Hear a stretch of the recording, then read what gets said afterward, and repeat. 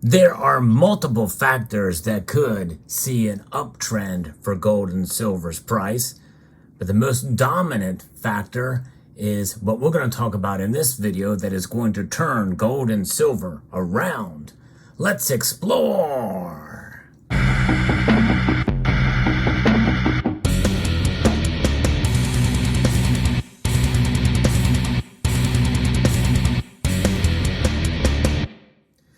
We are in the summer months, and I feel that through August, we're probably going to see relatively depressed gold and silver prices. I say relatively because, they're not doing too bad. I mean, gold being above $1,900 an ounce is a pretty good number for gold. That's a pretty high price. Silver above $20 an ounce is not the worst thing in the world. However, many of us feel it should be a lot higher than that. We're talking in the 30s by now. But that's a whole nother topic. I'd be happy to see it get near $30 by the end of the year. But nonetheless, there's a lot of room for silver to move up, and certainly room for gold to move up as well too, to reach its earlier highs well above $2,000 this year. And silver, for us to get above $25, I think would be that positive direction. What's it going to take to get there? I think it's going to essentially lead to the all paths that lead to a recession.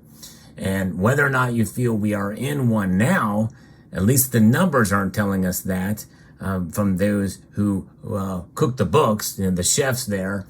And so we'll see if any of these numbers are revised downward. Do we having a couple of quarters of negative growth? We certainly aren't there yet, according to the official numbers. But a lot of Americans are feeling the pain of inflation.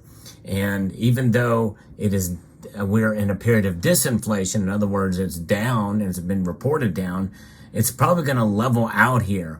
We are going to be sitting on probably 4% or near that for quite a while, which is why the Federal Reserve has said that they're likely going to be raising rates at least 2 more times this year.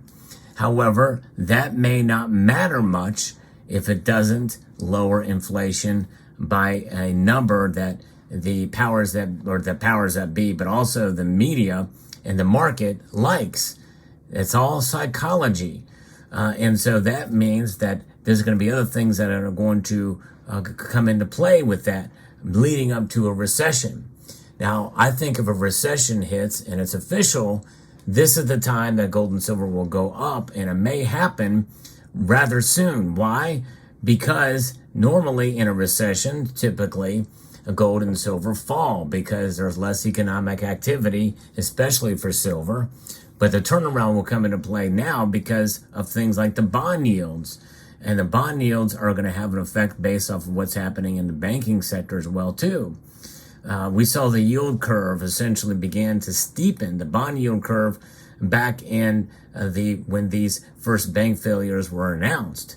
But the Fed was essentially able to do their thing with raising rates, and they had kind of avoided the recession, at least for the time being, through the late spring and heading into the summer. But many people feel that if the Federal Reserve does pause their rate hikes, that the market will essentially, will peak at that time, and you'll see the stock prices come down a bit. And that could happen next year if there's a pause that's occurred, or maybe even a reversal or a pivot. So, but how quickly the bond yield curve steepens really depends on the health of the economy. If closer we get to a recession and the faster it hits, it means that the yield curve is going to fall more. And then we'll see gold and silver break out. And I think at that point, the breakout of gold will have a direct effect on silver, and silver will follow suit and maybe even perform in a normal bullish move for the precious metals. In other words, silver will not act as an industrial metal at that point, but it will act as a hedge, and it'll move right along with gold, I feel, into positive direction. We know that there's a lot of speculation in the markets, and there's a lot of research out there that's done as to what can move the markets one way or the other. And keep in mind that usually, during recessions without inflation being involved, this leads to lower, especially silver prices, but even subdued gold prices to some extent.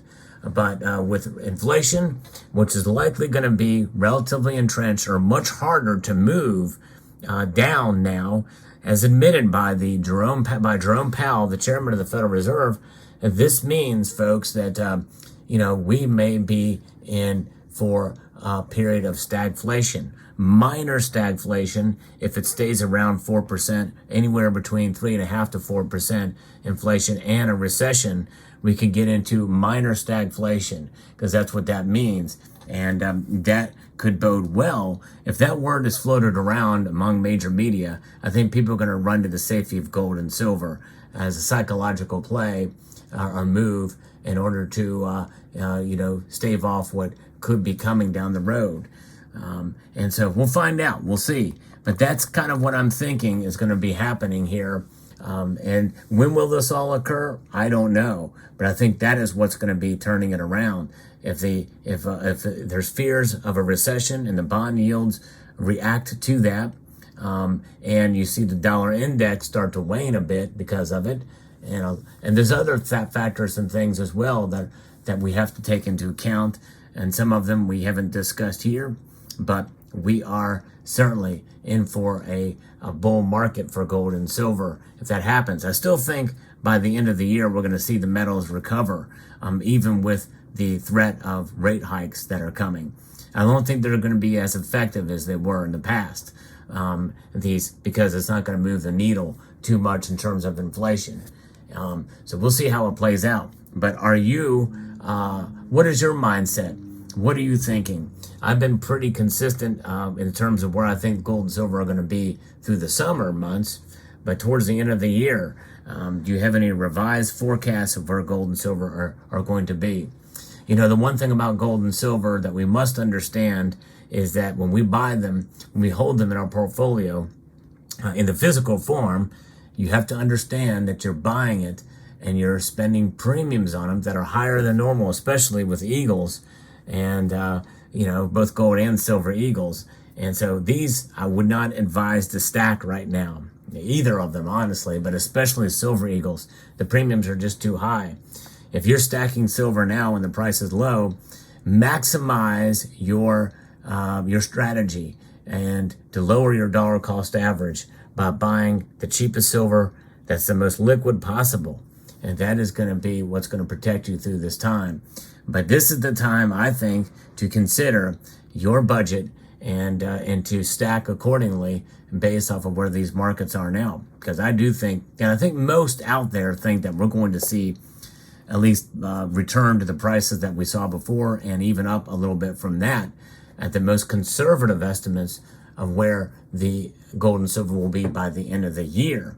And that's the timing of it. But we got to look out and see what the bond yields are showing as well too, because hey, if you got a high bond yield, it's and it's safe.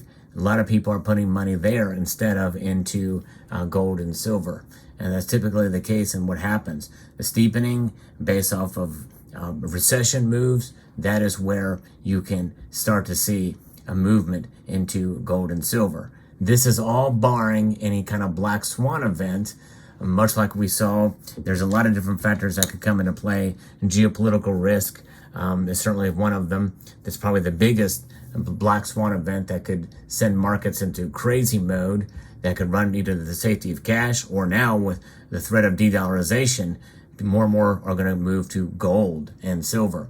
And by the way, gold, the reason why it's held its own is because a lot of central banks are buying gold. I'm seeing story after story about central banks buying and holding on to gold. That's going to push it higher.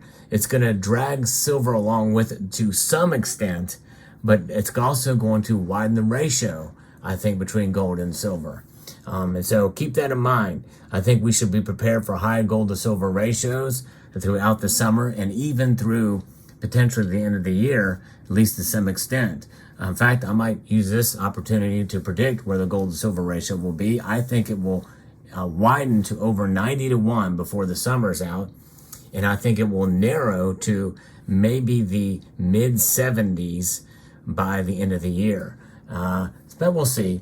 I don't hold much stock in that. You shouldn't either, but it's an interesting thing to look at and analyze and discuss and talk about. But nonetheless, in the end, we buy gold and silver to preserve our wealth over a long course of time. It's what it's about, folks. It's about wealth preservation for the long haul. That's what it's about. And enjoy your precious metals as you accumulate them, as you hold them. And because you know that outside of the financial institutions, that's the way to go, to be able to have wealth outside of the banking system. Let me know what your thoughts are in the comment section below. I hope you found this video insightful, informative, and educational. I'd like to extend a multitude of gratitude to you all for watching and encourage you to please rate, share, comment, and subscribe.